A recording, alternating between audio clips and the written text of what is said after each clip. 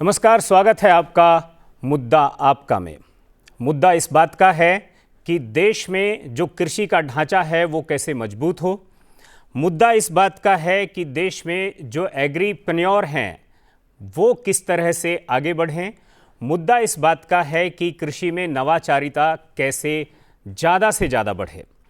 और इस सारे मुद्दे को समझने की जो हमने कोशिश की है, इसका स्रोत है तमिलनाडु एग्रीकल्चर यूनिवर्सिटी में उपराष्ट्रपति का वो व्याख्यान जिसमें उन्होंने इन तीनों बातों को उठाया और उन्होंने ये समझाने की और समझने की कोशिश की कि किस तरह से देश की खेती को आगे बढ़ाया जा सकता है।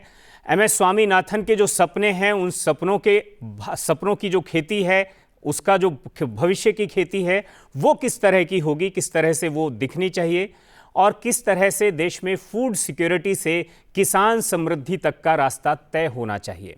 इस रास्ते को समझाने के लिए हमारे साथ जो मेहमान हैं उनका तारुफ मैं आपसे कराता हूं। हमारे साथ डॉक्टर PK सिंह हैं, आप कृषि आयुक्त हैं भारत सरकार के। आपका बहुत बहुत स्वागत है संसद टीवी में। और हमारे साथ डॉक्टर KML पाठक हैं, आप पूर्व कुलपति हैं, आपका बहुत बहुत स्वागत है। और इस सारी चर्चा को आगे बढ़ाने से पहले जो देश के उपराष्ट्रपति ने तमिलनाडु कृषि विश्वविद्यालय में अपना भाषण दिया और उस भाषण में उन्होंने ये कहने की कोशिश की कि कैसे तिरुवल्लुवर कवि जो हैं वो कैसे एक सुंदर भारत की तस्वीर वो देख रहे हैं और कैसे MS स्वामीनाथन का जो कृषि जगत है वो कैसा हो, इसे उन्होंने किन शब्दों में वहाँ रखा, पहले ये सुनते हैं और उसके बाद इस चर्चा को आगे बढ़ाते हैं। इंडिया और Bharat has always been land of agriculture. Its heart pulsates in villages. It is lifeline of employment and economy. It is spinal strength of the nation in every sense of the term.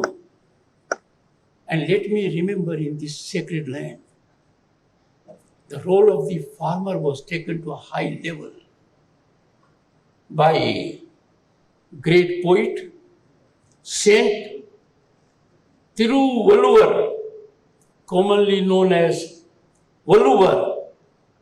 And this great poet, this great saint, praised the farmers and said, farmers are the cornerstone of humanity and agriculture as foremost craft. He was right. He should be our beacon for enlightenment, that farmer is Annadata. Farmer is our Bhagya Vidhata. बिल्कुल, इस चर्चा को हम आगे बढ़ाएं। और doctor साहब, जो अभी उपराष्ट्रपति जो उन्होंने अपने वक्तव्य में जो बातें कही, उसमें से अगर मैं एक मोटी सी बात निकालने की कोशिश करूं तो पब्लिक डोमेन में, खास तौर पर फार्मर डोमेन में ये बात चलती है कि ये देश ऋषि और कृषि का देश है। इस देश में जो संत प्रवृत्ति है वो भी कहीं ना कहीं वो कृषि और संस्कृति वो वहाँ से जुड़ाती तो है। इस सारी बातचीत में एक बात ज़रूर है कि हम किस तरह से जो भविष्य की खेती है और भविष्य का जो किसान है उसको हम किस तरह से देख रहे हैं। कई बार आज से कुछ साल पहले तक कुछ मेरे साथी लोग भी वो ये कहते थे, ये दावा करते थे कि खेती को संभालने के लिए लोग नहीं मिलेंगे क्योंकि ये जो पीढ़ी है आने वाली वो खेती में कोई रुचि लेगी ही नहीं। परंतु ये कैसे समय ने कैसे पलटा खाया है मुझे मालूम नहीं है, लेकिन मैं ये देख पा रहा हूँ कि जो भविष्य की पीढ़ी है वो खेती को और भी ज़्यादा परफेक्शन के साथ और भी ज़्यादा कुशलता के साथ संभालने जा रही है। मैं सही हूँ या नहीं? ये भी जैसा कि माननीय उपराष्ट्रपति महोदय ने कहा है, बहुत ही सत्य कहा है कि भारत की कृषि परंपरा जो है वो प्रकृति, संस्कृति और विकृति के मूल सिद्धांत पर ही आधारित रही है। 20,000 साल से भी ज़्यादा समय से, जब से कृषि का इतिहास हम लोग खोज सकते हैं, अगर हम देखेंगे तो जो हमारे क्षेत्रवार जो विविधता है, जो हमारी प्रकृति के हमारे रिसोर्सेज थे, उनके ऊपर आधारित खेती होती रही और उसी से पूरे देश में जो है प्रॉस्पेरिटी या समृद्धि आई। जिसकी वजह से आज अगर आप मसालों की बात करें या किसी भी और ऐसी फसलों की बात करें जिससे कि भारत का व्यापार होता रहा विश्व में, वो सारी खेती से ही आया है। तो आगे आने वाले समय में, जैसा कि माननीय प्रधानमंत्री महोदय ने भी कहा है कि हमारा टैलेंट, टेम्परामेंट और टेक्निक, इन तीनों का समावेश जब होगा तो हमारा आगे का भी जो खेती का जो भविष्य है, इतिहास तो बहुत अच्छा रहा है, भविष्य भी सुधरेगा और हमारे किसानों के तक प्रॉस्पेरिटी, हमारे गांवों में समृद्धि भी आएगी। जो देश में कहा जाता है कि एक समय में 36% वर्ल्ड जीडीपी में कंट्रीब्यूशन भारत का रहा होगा, तो उसमें खेती का जो परसेंट है वो शायद बहुत हायर रहा होगा। आज वो 11% है, लेकिन आपको लगता है कि भविष्य की जो खेती है उसमें ये परसेंटेज और बढ़ेगा? आज भी अगर देखें, अगर सही मायने में इसको देखा जाए तो 18% तो जीबीए में है ही हमारा कंट्रीब्यूशन है खेती का, लेकिन उस पे आधारित जो हमारी सर्विसेज सेक्टर है, जो हमारी सेवा का क्षेत्र है, या जो हमारे और इंडस्ट्रीज हैं, क्लब करें तो ये बड़ा हो जाता है। उनको करें, जैसे कपास है, सारे जो बड़े हैं, आपका चीनी के उद्योग है, कपास का उद्योग है, ये सब कृषि आधारित ही हैं। बिल्कुल। डॉक्टर साहब, एक बात इसमें और है, उत्पादन जरूर बढ़ा है। मैं कुछ आंकड़े देख रहा था कि जब देश आज़ाद हुआ तो हम 36 करोड़ थे और हमारे पास जो खाद्यान्न था वो 51 मिलियन टन के आसपास था। आज हम 140 करोड़ के आसपास हैं, लेकिन हमारे पास जो खाद्यान्न है वो 2020-21 का आंकड़ा मैं कहीं देख रहा था तो वो 315 मिलियन टन के ऊपर था। अभी ये उसमें और भी जुड़ गया है काफ़ी।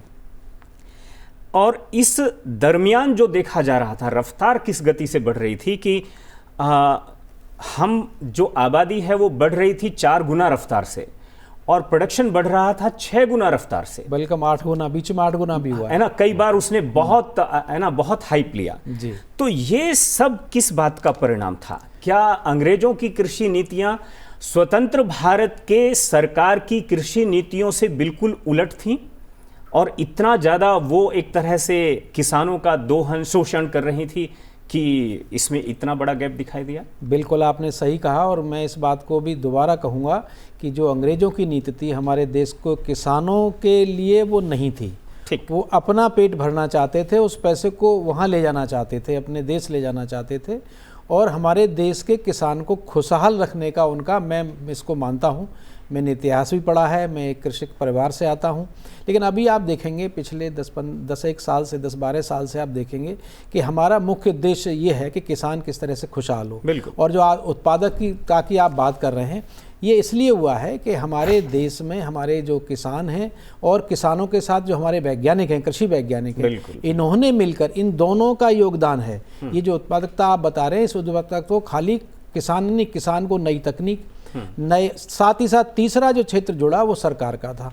सरकार ने सहयोग दिया, किसान को भी दिया सरकार ने, और वैज्ञानिकों को प्रोत्साहित किया। 65-66 में लाल बहादुर शास्त्री जैसा लाल भी, जैसे इन्होंने कहा कि जय किसान जय जवान, तो ये सब देखते हुए, अच्छा साथ में ये भी रहा कि बिल्कुल सही आपने कहा कि उस समय हम 51 मिलियन टन हम खाद्यान्न हमारा होता था, और आज हम यहाँ आ गए हैं। तो ये जो है हमारी जो नई तकनीक देश ने हमारा किसान इतना योग्य है, मैं इसको ये कहता हूं कि किसान को आप कोई भी तकनीक बताते हैं तो किसान पहले उस तकनीक को अडॉप्ट करता है। बिल्कुल। डॉक्टर साहब, एक बात और भी है कि बात हम ऑफ द रिकॉर्ड ये कर भी रहे थे कि उत्पादन तो बढ़ा है, लेकिन ये कुछ ऐसा भी दिख रहा है कई बार, जैसे किसी आदमी का एक हाथ या पैर बहुत लंबा हो जाता है, दूसरा थोड़ा छोटा रह जाता है, ये कुछ वैसा भी दिखता है। मैं अब से 20 साल पहले ही अपने खेत की बात अगर करूं तो खेत में 18 से 20 फसलें होते हुए मैंने देखी हैं, और ये प्रैक्टिस ही थी, कॉमन प्रैक्टिस थी सभी किसानों की। अभी हमारे यहाँ 2 से 3 फसलें ही होती हैं, गन्ना है, गेहूं है और पशुओं के लिए चारा है। और उसकी वजह ये हुई है, आज हम 7 मिलियन टन से ज़्यादा दलहन का आयात कर रहे हैं, 12 मिलियन टन से ज़्यादा हम तिलहन का आयात कर रहे हैं। तो ये गैप, और साथ में मिलेट वगैरह जो चीज़ें हैं वो देश के प्रधानमंत्री को दोबारा से अपील करनी पड़ी, तब जाकर के हम पोषाहार की तरफ बढ़े हैं। तो इस गैप को कैसे भरा जाए, ये भी एक बड़ी बात है। इसमें सबसे महत्वपूर्ण ये देखना है कि हम पहले जो है खाद्य सुरक्षा के ऊपर काम करते रहे थे। कम से कम 20 साल 25 साल जो है, जब हमारा ग्रीन रेवोल्यूशन आया उसके बाद करीब 25 वर्षों तक बिल्कुल खाद्य सुरक्षा जो है हम लोग की सुनिश्चित हो गई। उसके बाद फिर पोषण सुरक्षा की ओर ध्यान देने लगे हम लोग, न्यूट्रिशनल सिक्योरिटी की बात होने लगी।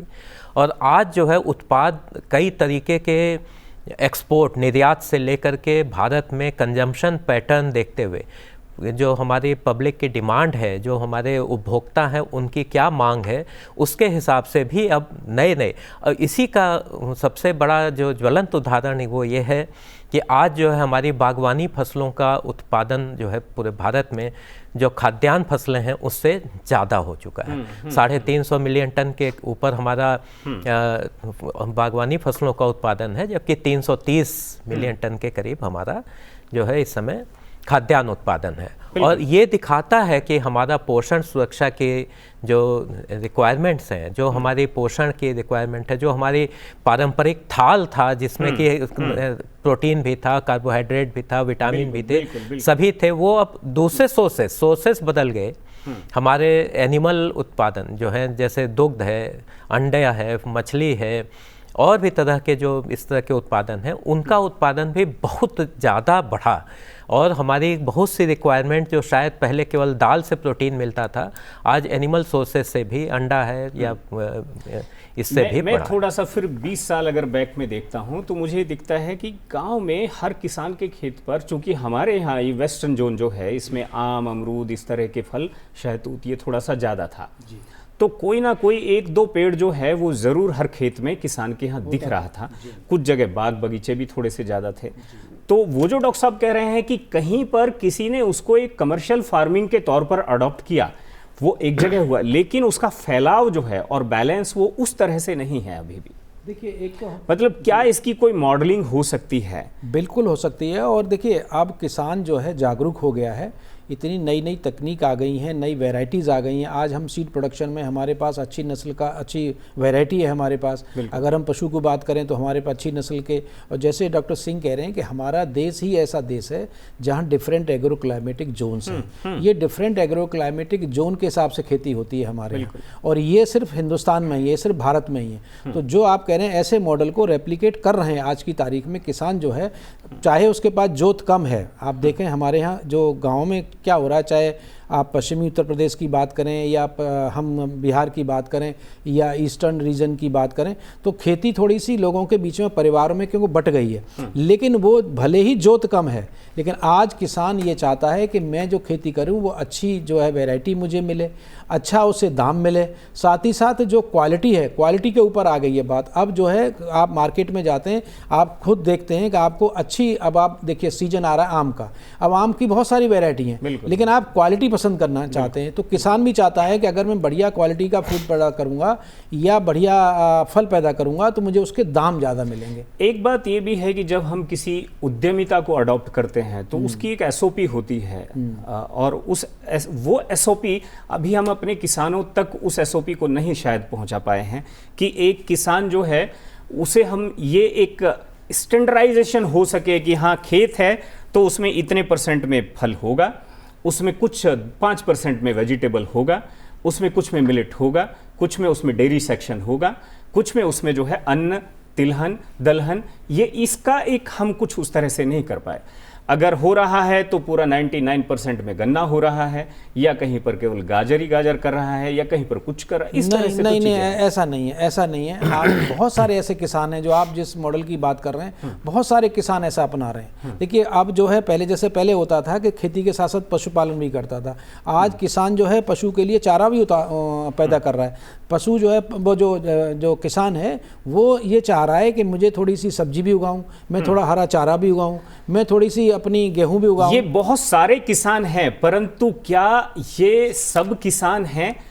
ये एक बात है। डॉक्टर साहब से इस विषय पर थोड़ा सा और इनपुट लेंगे, लेकिन देश के उपराष्ट्रपति ने देश में फूड सिक्योरिटी को लेकर के क्या कुछ कहा, क्योंकि एक कोट मैंने पढ़ा विनोबा भावे का, वो ये कहने की कोशिश कर रहे थे कि अगर कोई किसान अपने परिवार को अपने ही खेत का वहीं पर पैदा हुआ दूध, सब्जी, फल, अन्न, दाल और तिलहन अगर वो नहीं खिलाता है, नहीं करता है, तो वो पाप करता है।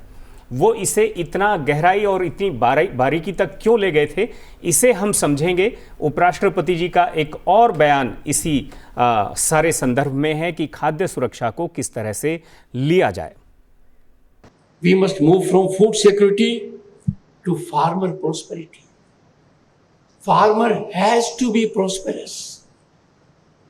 And this script has to evolve from institutions like yours. And therefore, I appeal to you and also compliment simultaneously for doing much in this direction. The gap between lab and land must not get bridged. It must be seamless connect. Lab and land must be together. And for this, over 730 Krishi Vigyan Kendras must be vibrant centers of interaction with farmers. To educate the farmers, but you have to be pipeline. You have to be supportive to those Krishi Vigyan Kendras. You must connect with Krishi Vigyan Kendras around, and also Indian Council of Agriculture Research has over 150 institutions focusing on every aspect of agronomy. Doctor साहब, बात जो है वो property की तो हो ही नहीं रही है, बात प्रॉस्पेरिटी की हो रही है। लगातार प्रधानमंत्री कर रहे हो, वो भी उसी बात को कर रहे हैं। और प्रॉस्पेरिटी का मतलब यही है कि आप जीवन को बहुत ही, जो आपको ज़रूरी संसाधन हैं वो आपके इर्द गिर्द, अगर हम किसान या गांव के संदर्भ में बात करें तो आप अपने वहीं पर, ठीक है, आपको वो खरीदने नहीं पड़ रहे हैं, आप वहीं पैदा कर ले रहे हैं और वो भी सरप्लस में कर ले रहे हैं, ताकि आप भी और आप आगे भी उसको बढ़ा पाएँ। माननीय उपराष्ट्रपति महोदय ने जिस ओर इंगित किया है हम लोगों को, वो ये बिल्कुल क्लियर है कि ये चाहते हैं कि हमारा जो फार्म से फोक तक, फार्म से हमारे भोजन की थाल तक, फार्म टू प्लेट कहें या उसको जैसे भी कहें, उसमें ज़्यादा से ज़्यादा किसानों की भागीदारी हो। बिल्कुल। सर्विसेज सेक्टर जहाँ कहीं पे भी आएगा वहाँ पे समृद्धि आती है। तो उसमें चाहे मार्केटिंग में जुड़ता है किसान, प्रसंस्करण में जुड़े या फिर उसकी वेयर हाउसिंग में जुड़े, जितने चीज़ों को किसान स्वयं करने लगेंगे तो उससे ज़्यादा हमारे पास उनकी समृद्धि भी होगी और उनका प्रॉफिट मार्जिन भी जो है वो बढ़ेगा। आज अगर कोई चीज़ खेत में किसान के यहाँ से और जो हमारे कंज्यूमर तक, उपभोक्ता तक का जो डिफरेंस है अमाउंट का, पैसे का जो डिफरेंस है, वो जितना ज़्यादा गाँवों की ओर या किसानों के साथ जाएगा। इसी को ध्यान में रख के गवर्नमेंट ने 10,000 FPOs की स्कीम शुरू की थी। बिल्कुल। उसके अलावा एक प्राकृतिक खेती मिशन शुरू किया गया, जो आप कह रहे थे कि प्राकृतिक खेती मतलब वहीं पे उपलब्ध संसाधन, हम शुरू से ही कर रहे हैं कि प्रकृति से ही कृषि का विकास हुआ है, कृषि की संस्कृति ही प्रकृति आधारित है। बिल्कुल। तो अगर हम प्रकृति की ओर पुनः देखते हैं तो उससे हम आगे सस्टेनेबिलिटी का भी एक रास्ता खोलते हैं, ताकि हमारी सस्टेनेबिलिटी भी हो, किसानों की आय भी उसी रफ्तार से बढ़ती रहे जिस प्रकार से अन्य क्षेत्रों में आय बढ़ रही है। एक चीज़ और हम देख रहे हैं डॉक्टर साहब कि अभी तक आमतौर पर बैंक जो फाइनेंस करते हैं, जब कृषि उद्यमिता की बात, एग्रोप्रेन्योर की बात कर रहे हैं, एक नौजवान ने कहा ये एक हमारे यहाँ डिफरेंट साइज हैं खेत के, छोटा है, मझोला है, बड़ा है। और एक नौजवान ने कहा कि नहीं, मुझे इस 2 एकड़ की साइज के लिए ये एक मॉडल है, इस मॉडल पर मुझे फाइनेंस चाहिए। जी। अभी जो है वो कुछ भी अपने आप से करता है और करने के बाद वो बैंक में जाता है और चीज़ें होती हैं। लेकिन एक पर्टिकुलर एक मॉडल है कि भाई ठीक है, इसमें ये चीज़ें हैं, ये इसकी लागत है, ये इसका आउटपुट है, इस पर बैंक ये फाइनेंस कर रहा है। मैंने अभी हिसार एग्रीकल्चर यूनिवर्सिटी में देखा, उन्होंने कहा कि नाबार्ड ने हमारे इस 1 एकड़ के इंटीग्रेटेड फार्मिंग सिस्टम को, नाबार्ड ने कहा है कि हम इस मॉडल को फाइनेंस करेंगे।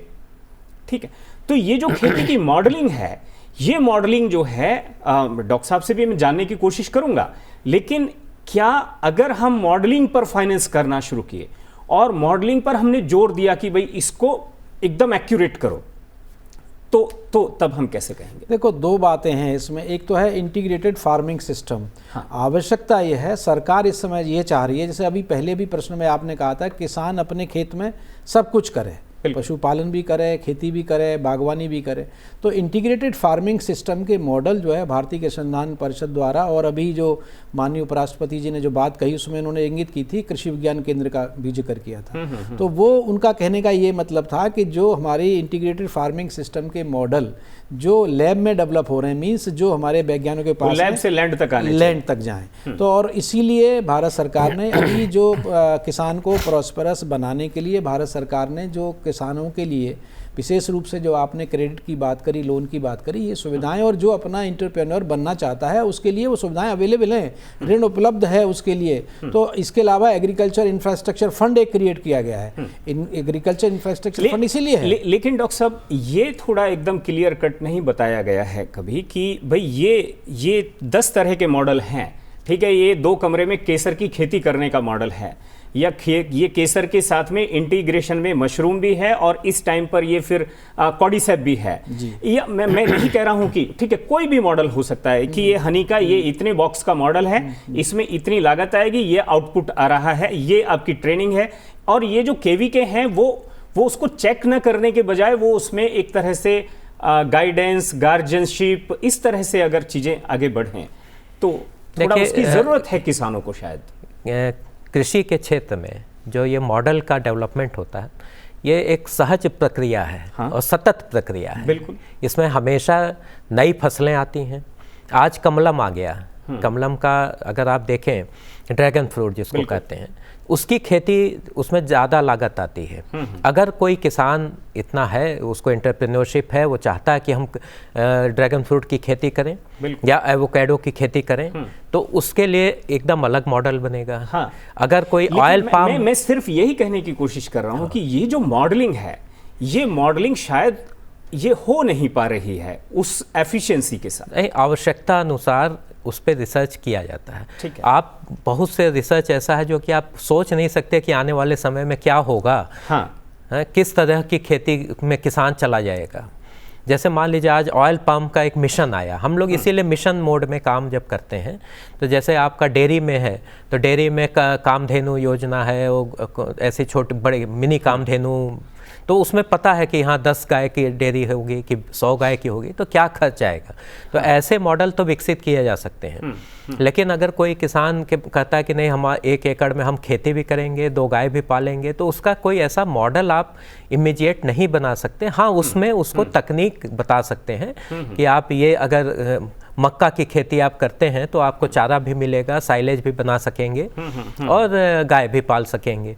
या अगर आप बकरी पालन कर रहे हैं तो आपको इतना क्षेत्र चाहिए जहाँ पे कि आप चराने ले जा सकें। मतलब इस तरीके से कुछ उसमें सुधार किया जा सकता है। बिल्कुल। जो हमारे परंपरागत खेती के मॉडल हैं, विकास के मॉडल हैं, उनमें सुधार होता रहता है और नए मॉडल जो हैं वो विकसित होते रहते हैं। जैसे कृषि विज्ञान केंद्रों के माध्यम से एक पोषण वाटिका का मॉडल बनाया गया। बिल्कुल। तो पोषण वाटिका का मॉडल ऑलमोस्ट सभी किसान कृषि विज्ञान केंद्रों के माध्यम से, चाहे वो ट्राइबल क्षेत्र हों चाहे हमारे और क्षेत्र हों, सब जगह इनको दिया जा रहा है। और गांवों में जो स्त्रियां हैं, जो स्त्री शक्ति है, उसमें काफ़ी इन्वॉल्वमेंट भी किया गया ताकि वो अपना पोषण, उससे काफ़ी सुधार आप देखेंगे कि उन क्षेत्रों में जहाँ पे कि ये मॉडल अडॉप्ट हुए हैं, वहाँ पे पोषण की गुणवत्ता और पोषण का जो उनकी आवश्यकता है वो काफ़ी पूर्ति होती है।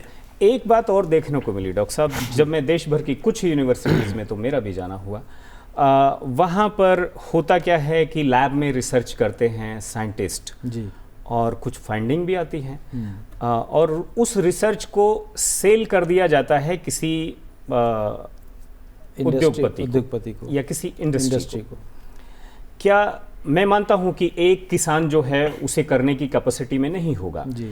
लेकिन आज तो एफपीओज हैं, एफपीसी हैं या कोऑपरेटिव्स हैं या फिर पंचायत है, ठीक है, कोई भी, ठीक है, तो वो किसानों के लिए किया गया होता है और उसको एक ऐसा आदमी कर रहा होता है उस काम को जब उसे इंडस्ट्री के डोमेन में लेकर जाता है जिसका खेती से एकदम संबंध नहीं रहा होता है जी। इसमें भी अगर ये ठीक है, और इसीलिए तो जो अभी आपने बोला था कि एंटरप्रेन्योर, एग्रीकल्चर में जो एंटरप्रेन्योरशिप का जो वो मॉडल आया है, हम ये चाहते हैं कि जो बच्चे हमारे एग्रीकल्चर से बीएससी एमएससी करके खुद का अपनी इंडस्ट्री लगाएं, खुद के अपने जो मान लीजिए मेरी लैब से कोई नई तकनीकी है उसको वो खरीदे और उसको पहुंचाए। और इसमें मैं आपको बताऊं ये बड़ी प्रसन्नता की विषय है कि हमारे यहाँ बहुत सारे एग्रीकल्चर एंटरप्रेन्योर इतने ज़्यादा हैं और सभी क्षेत्र में, चाहे वो हॉर्टिकल्चर हो, चाहे फिशरीज हो, चाहे वो एनिमल साइंसेज हो, चाहे क्रॉप साइंस हो, तो ये सब है। इसीलिए और इन सब एंटरप्रेन्योर को आगे बढ़ाने के लिए, प्रोत्साहन देने के लिए, और यही एक है जो कि हमारे ग्रामीण क्षेत्र के जो बच्चे हैं उनको वो आकर्षित करता है कि मुझे एग्रीकल्चर में जाना चाहिए, मुझे पशुपालन में जाना चाहिए, मुझे फिशरीज में जाना चाहिए। और आपने बिल्कुल सही कहा कि जो एग्रीकल्चर यूनिवर्सिटीज़ में, अच्छा देखिए वहाँ भी इन्होंने एक विंग बनाई है एग्रीकल्चर यूनिवर्सिटीज़ में, जो इंक्यूबेशन सिस्टम डेवलप किया है वो वही है ताकि उन लोगों को ट्रेनिंग दी जाए, उनको उसमें सिखाया जाए और कैसे वो जो हम कहते हैं ना कि आज की जो एग्रीकल्चर, जो आज का एग्रीकल्चर या जो एजुकेशन है ना, वो खाली ये नहीं है कि सीधा मुझे तो भाई सिर्फ नौकरी मिल जाए, वो नहीं है। आप खुद जो है वो रोजगार क्रिएट करें, अपना रोजगार क्रिएट करें। और यही सरकार चाहती है कि आप अपना, अच्छा रोजगार कब करेंगे, आपके पास अच्छी नॉलेज होनी चाहिए। इसीलिए जो एग्रीकल्चर एजुकेशन है उसमें नए नए पाठ्यक्रम जोड़े गए हैं, उसमें एंटरप्रेन्योर पर ज़्यादा जोर दिया गया है। अगर आप जो हमारी भारत सरकार की नई एग्रीकल्चर पॉलिसी देखेंगे आप, तो उसमें आप देखोगे नए नए उसमें ऐसे प्रोग्राम जोड़े गए ताकि हमारी जो यंग जनरेशन है, जो हमारे यंग बच्चे हैं या महिलाएं हमारी बेटियां हैं, वो आना चाहती हैं तो आएँ। और उनको जो फाइनेंशियल सपोर्ट चाहिए, पहले क्या होता था, पहले सबसे बड़ी दिक्कत आती थी, आप भी ग्रामीण क्षेत्र से आते हैं, मैं भी आता हूँ, हमें यह नहीं पता था कि मुझे लोन कहाँ से मिलेगा। आज सब जानकारी है, सब लोगों को अवेलेबल है। हम आप भारत सरकार की आप वेबसाइट में जाइए, डॉक्टर साहब का जो डिपार्टमेंट है उनकी वेबसाइट पे जाइए। और सबसे बड़ा काम हमारे कृषि विज्ञान केंद्र करते हैं। कृषि विज्ञान केंद्र एक ऐसी जगह है, वो मैं कहता हूँ सबसे बड़ा मित्र अगर किसानों का कोई है तो कृषि, और एक तरह से वो किसान मित्र ही हैं। आपका बहुत बहुत शुक्रिया, आपने आधे घंटे तक इस विषय को लेकर के अपनी जो अनुभव था उसको शेयर किया देश के लोगों के सामने। डॉक्टर साहब आपका बहुत बहुत शुक्रिया। और कुल मिलाकर देश के उपराष्ट्रपति ने जो कृषि शिक्षा, कृषि में नवाचार और कृषि में उद्यमिता, इस विषय को लेकर जो अपनी बात कही, ये कड़ियां हैं जो एक दूसरे के साथ जुड़ती हैं। और अगर इन कड़ियों को ठीक से जोड़ पाए तो जाहिर तौर पर हम जो मुद्दा है जो उठा है उसका जवाब दिया जा सकता है। फिलहाल मुझे इजाज़त दीजिए, फिर मिलेंगे। नमस्कार।